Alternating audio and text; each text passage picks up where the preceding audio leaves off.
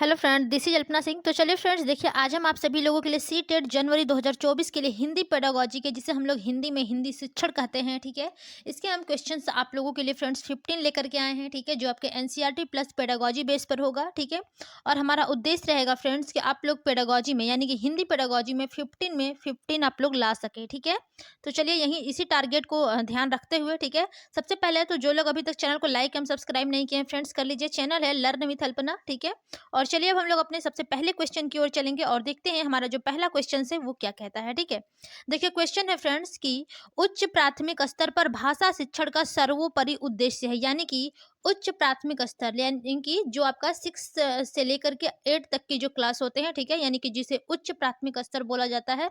इसमें फ्रेंड जो भाषा शिक्षण का सर्वोपरि उद्देश्य होता है वो क्या होता है। पहला ऑप्शन है विभिन्न साहित्यिक विधाओं का गहनतम ज्ञान प्राप्त करना। दूसरा ऑप्शन है आपका सरसरी तौर पर तीव्र गति से पढ़ना। थर्ड ऑप्शन है भाषा के सौंदर्य शास्त्र से परिचित यानी कि परिचय, ठीक है। और चौथा है कि निजी अनुभव के आधार पर भाषा का सृजनशील इस्तेमाल। तो देखिए फ्रेंड, जो सबसे करेक्ट ऑप्शन होगा, हमने आपको बताया था ट्रिक, ठीक है, जहां पर आपका सृजनशील आ जाए, यानी कि जहां पर बच्चा खुद क्रिएटिविटी हो, ठीक है, यानी कि एक्टिव हो, ठीक है। क्रिएटिविटी मतलब कि सृजनात्मक हो, रचनात्मक हो बच्चा, ठीक है, खुद से रचना कर सके, खुद से ही वो सृजनशील हो, ठीक है, सृजन कर सके, निर्माण कर सके। और अपने निजी अनुभवों से यानी कि जो उसके पास खुद का एक्सपीरियंस है, ठीक है, उसके आधार पर जो भाषा है उसका वो सृजनशील इस्तेमाल कर सके, ठीक है। तो जो राइट ऑप्शन बनेगा फ्रेंड्स, ऑप्शन नंबर 4 ही बिल्कुल करेक्ट होगा, ठीक है। चलिए अगले क्वेश्चन की ओर चलते हैं, देखते हैं क्वेश्चन हमारा क्या कहता है, ठीक है।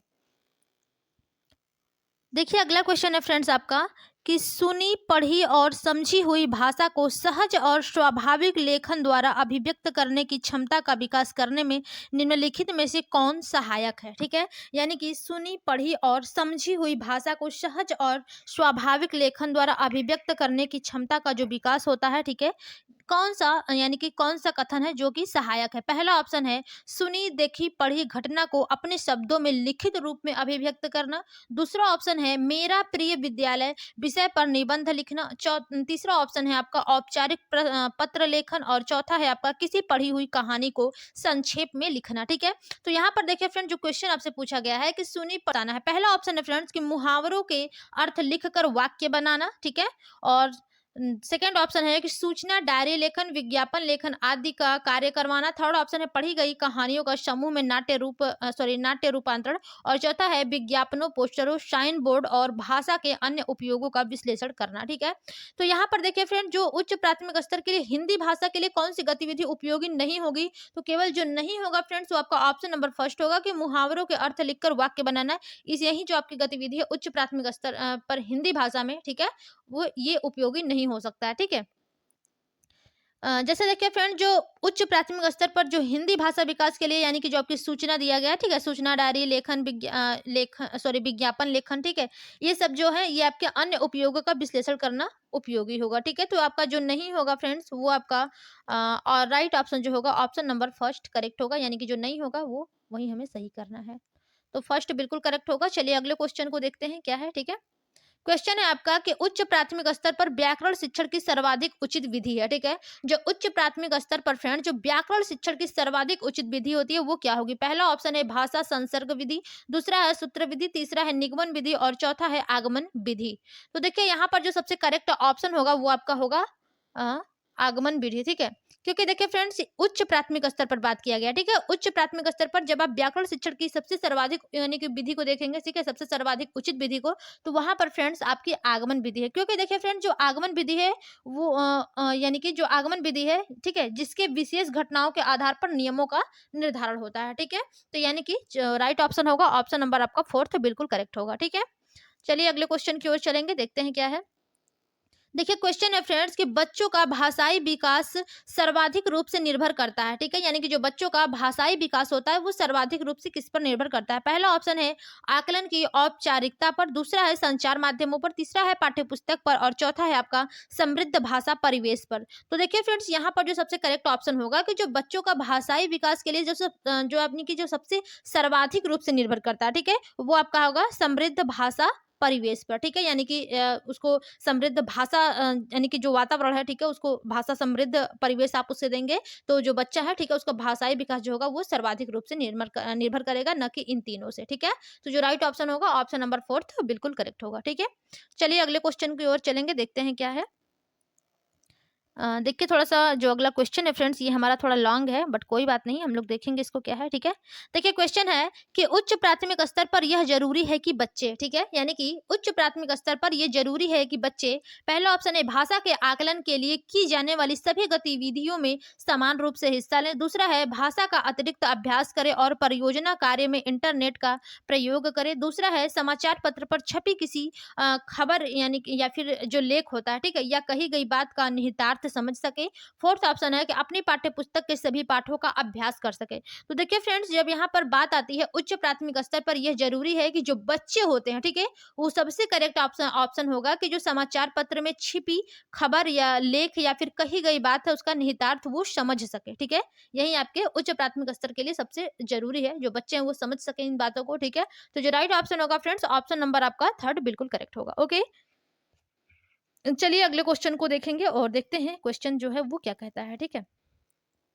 देखिए क्वेश्चन है फ्रेंड्स कि भाषा सीखने का अर्थ उस भाषा की डैश सीखना भी है, क्योंकि भाषा किसी भी डैश का अभिन्न हिस्सा होती है। यानी कि जो भाषा सीखने का अर्थ होता है फ्रेंड्स, उस भाषा की डैश सीखना भी है, क्योंकि जो भाषा है वो किसी भी डैश का अभिन्न हिस्सा होती है। यानी कि ऐतिहासिक इतिहास, दूसरा है संस्कृति संस्कृति, तीसरा है बारीकी व्याकरण और चौथा है नियमबद्धता और व्याकरण, ठीक है। तो यहाँ पर देखिए फ्रेंड्स, जो आपकी भाषा सीखने का अर्थ होता है वो उसी भाषा की संस्कृति, ठीक है, संस्कृति सीखना भी है, ठीक है, क्योंकि जो भाषा होती है फ्रेंड्स वो किसी भी संस्कृति का अभिन्न हिस्सा होती है, ठीक है। तो जो राइट ऑप्शन बनेगा आपका ऑप्शन नंबर 2 ही बिल्कुल करेक्ट होगा, यानी कि संस्कृति संस्कृति, ठीक है, यही आपका बिल्कुल करेक्ट होगा, ओके। चलिए अगले क्वेश्चन को देखेंगे और देखते हैं अगला क्वेश्चन जो है वो क्या कहता है, ठीक है। क्वेश्चन है फ्रेंड्स कि कक्षा 8 के बच्चों के लिए साहित्य का चयन करते समय आपके लिए क्या जानना सर्वाधिक जरूरी है, ठीक है। यानी कि कक्षा 8 के बच्चों के लिए जो साहित्य का चयन कर रहे हैं, ठीक है, उसके समय आपके लिए क्या जानना सर्वाधिक जरूरी है। पहला ऑप्शन है बच्चों के भाषा प्रयोग का स्तर, ठीक है।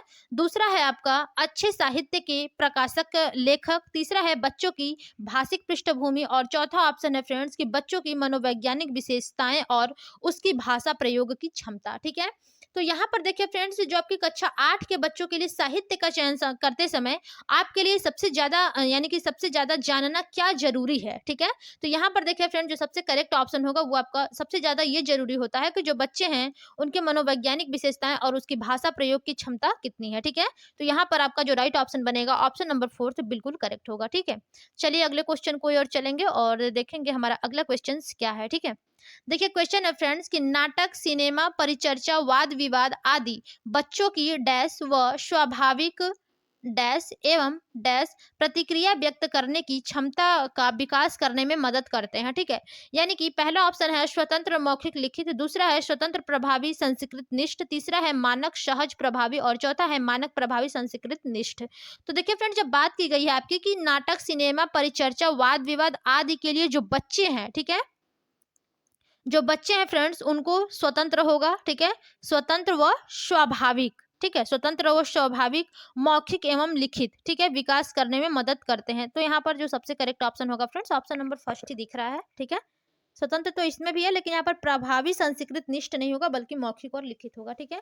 तो जो करेक्ट ऑप्शन होगा फ्रेंड्स वो आपका ऑप्शन नंबर 1 यहाँ पर बिल्कुल करेक्ट हो जाएगा, ठीक है। चलिए अगले क्वेश्चन की ओर चलते हैं, देखते हैं अगला क्वेश्चन हमारा क्या है, ठीक है। क्वेश्चन है फ्रेंड्स आपका कि हमारे अनुभवों को आकार देने में भाषा की महत्वपूर्ण भूमिका होती है, ठीक है। यानी कि जो हमारा एक्सपीरियंस है, हमारे जो अनुभव है, ठीक है, इसको आकार देने में भाषा की महत्वपूर्ण भूमिका होती है। इसका शैक्षिक निहितार्थ यह है कि भाषा की कक्षा में, ठीक है, यानी कि इसका जो निहितार्थ है वो ये है कि जो भाषा है उसकी कक्षा में पहला ऑप्शन है डायरी लेखन पर जोर दिया जाए ताकि लेखन परिपक्व बन सके। दूसरा है बच्चों को विविध संदर्भों में अनुभव, ठीक है, विविध संदर्भों में अनुभव करने, विविध अनुभवों से स्वयं को जोड़ने के अवसर दिए जाएं, ठीक है। और तीसरा है सदैव अनुभव पर बात की जाए और चौथा है अनुभव का लेखन कार्य बढ़ाया जाए। तो देखिए फ्रेंड, जो सबसे पॉजिटिव आपका आंसर आ रहा है यहाँ पर देखिए संदर्भ भी है और अवसर भी है, ठीक है। तो जो पॉजिटिव आंसर बनेगा ऑप्शन नंबर 2 ही आपका बिल्कुल बिल्कुल करेक्ट हो जाएगा कि जो हमारे अनुभव हैं, ठीक है, उनको आकार देने में जो भाषा की महत्वपूर्ण भूमिका होती है, ठीक है, इसका जो शैक्षिक निहितार्थ होता है फ्रेंड्स, ये यही होता है कि कक्षा में जो बच्चे हैं उनको विविध संदर्भों के अनुभव करने, विविध अनुभवों से स्वयं को जोड़ने के अवसर दिए जाएँ, ठीक है। तो यहाँ पर जो राइट ऑप्शन बनेगा फ्रेंड्स, ऑप्शन नंबर सेकंड ही बिल्कुल करेक्ट होगा, ठीक है फ्रेंड्स। तो चलिए देखिए आज ठीक है, अगले क्वेश्चन की ओर चलेंगे और देखते हैं हमारा अगला क्वेश्चन क्या कहता है, ठीक है। देखिए फ्रेंड्स, क्वेश्चन है आपका कि मोदिता 8वीं कक्षा में हिंदी भाषा पढ़ाती है, ठीक है। यानी कि मोदिता टीचर है फ्रेंड्स, ठीक है, वो 8वीं कक्षा में हिंदी भाषा पढ़ाती है। कविता के भाव के बारे में बातचीत करते समय आप उन्हें किस बात के प्रति सचेत रहने को सलाह देंगे? यानी कि जो मोदिता है फ्रेंड्स, वो कक्षा 8 की कक्षा में, ठीक है, यानी कि कक्षा 8 में वो हिंदी भाषा पढ़ाती है। तो जो कविता के भाव हैं उसके बारे में बातचीत करते समय आप उन्हें किस बात के प्रति सचेत रहने की सलाह देंगे? पहला ऑप्शन है कविता को गद्य में परिवर्तित करवाने वाली गतिविधि कविता शिक्षण का अनिवार्य पक्ष है। दूसरा है कि कविता की भाषा व्याकरण पर विशेष बल दिया जाए। तीसरा ऑप्शन है कविता में अलंकार रस पर विशेष बल दिया जाए। और चौथा है कविता का एक निश्चित भाव अर्थ नहीं हो सकता, ठीक है। तो यहाँ पर देखिए फ्रेंड, जो आपका जो मुदिता है यानी कि जो कक्षा 8 की टीचर है, ठीक है, वो हिंदी भाषा पढ़ाती है। तो उसके जो भाव हैं उसमें जो बातचीत करते समय आप उनमें यानी कि जो किस बात के प्रति सचेत रहने को सलाह देंगे, तो सबसे करेक्ट ऑप्शन यहाँ पर होगा फ्रेंड्स कि जो कविता की भाषा है हिंदी व्याकरण पर विशेष बल दिया जाए, ठीक है। इसी बात के प्रति सचेत रहने की आप सलाह देंगे, ठीक है। तो यहाँ पर जो सबसे करेक्ट ऑप्शन होगा ऑप्शन नंबर सेकेंड ही बिल्कुल करेक्ट हो जाएगा, ठीक है। अगले क्वेश्चन की ओर चलते हैं फ्रेंड्स। देखिए क्या है क्वेश्चन आपका।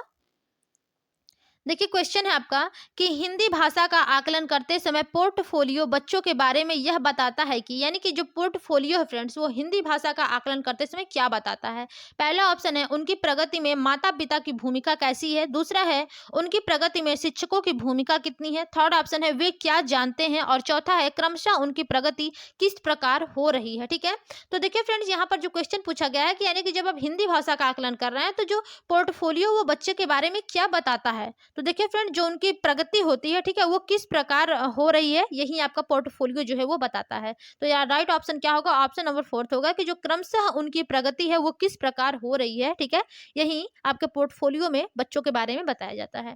तो जो राइट ऑप्शन होगा फ्रेंड्स, वो आपका ऑप्शन नंबर फोर्थ बिल्कुल करेक्ट होगा, ठीक है। चलिए अगले क्वेश्चन की ओर चलते हैं और देखते हैं अगला क्वेश्चन हमारा क्या है, ठीक है। देखिए क्वेश्चन है फ्रेंड्स कि किस साहित्यिक विद्या को, ठीक है, किस साहित्यिक विद्या को पढ़ाते समय सस्वर पठन पर अनिवार्यतः बल देंगे? आत्मकथा पर, एकांकी पर, जीवनी पर या फिर यात्रा वृत्तांत पर, ठीक है। तो देखिए फ्रेंड्स, आपको ये बताना है कि जो साहित्यिक विधा होती है यानी कि किसको पढ़ते समय आप सस्वर पठन पर, ठीक है, सस्वर पठन पर अनिवार्यतः बल देंगे। तो यहाँ पर देखिए फ्रेंड, जो आपका राइट ऑप्शन होगा वो आपका एकांकी होगा, ठीक है। देखिए फ्रेंड्स, किसी साहित्यिक विधा को पढ़ाते समय, ठीक है, जो सस्वर पठन होता है फ्रेंड्स, ये अनिवार्यतः आपके एकांकी पर बल देंगे। क्योंकि देखिए फ्रेंड, जो एकांकी होती है, ठीक है, वो विधा में विभिन्न पात्रों को अहम योगदान देता है, ठीक है। जब एकांकी को पात्र के अनुसार पढ़ा जाता है तो उसका जो सस्वर पाठन करना होता है, ठीक है, यानी कि जबकि जो उनकी जीवनी, आत्मकथा, यात्रा वृत्तांत में ऐसा नहीं होता है, ठीक है। तो जो राइट ऑप्शन होगा फ्रेंड्स, ऑप्शन नंबर सेकेंड ही बिल्कुल करेक्ट होगा। ओके, तो चलिए फ्रेंड्स, देखिए आज की क्लास में बस इतना ही। मिलेंगे अपने अगली क्लास में, ठीक है। और हमारा चैनल है फ्रेंड्स लर्न विद अल्पना। जो लोग अभी तक चैनल को लाइक एंड सब्सक्राइब नहीं किया वो लोग कर दीजिएगा, अपने सभी दोस्तों को भी शेयर कर दीजिएगा, ठीक है। अगली क्लास हमारी फ्रेंड एसएसटी की होगी, ठीक है। बट देखिए थोड़ा सा वीकनेस है क्योंकि आज मेरा मंडे फास्ट है, ठीक है। तो यदि मुझे थोड़ा मेरा तबीयत ठीक लगेगा तो मैं आज की क्लास लूंगी, वरना मैं नहीं लूंगी। और कल से आपकी कंटिन्यू तीनों क्लास चलेगी, ठीक है। बट चल भी सकती है अभी आपकी एसएसटी की क्लास, ठीक है। तो अभी आप लोग हिंदी पढ़ते रहिए, एसएसटी का भी वेट करते रहिए, ठीक है। चलिए मिलेंगे अपनी अगली क्लास में, तब तक के लिए धन्यवाद।